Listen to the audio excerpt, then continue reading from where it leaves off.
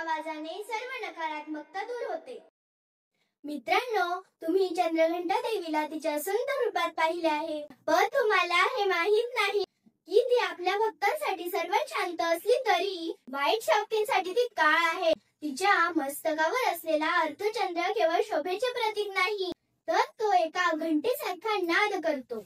हा नाद इतका प्रभावी असतो की कोणताही वाईट विचार, कोणतीही नकारात्मक ऊर्जा तुमच्या जवळ येऊ शकत नाही. हा नाद तुम्हाला मानसिक शांती आणि धैर्य देतो. ही देवी आपल्याला शिकवते की आपण बाह्य रूपापेक्षा आपल्यातील आंतरिक आवाजावर जास्त लक्ष दिले पाहिजे, जो आपल्याला नेहमी योग्य मार्ग दाखवतो. तुमच्या मनातील नकारात्मकता दूर झाल्यावर तुम्हाला आयुष्यात नवीन काहीतरी निर्माण करायचे असते, पण ते कसे करायचे हे आपण उद्याच्या व्हिडिओमध्ये बघणार आहोत.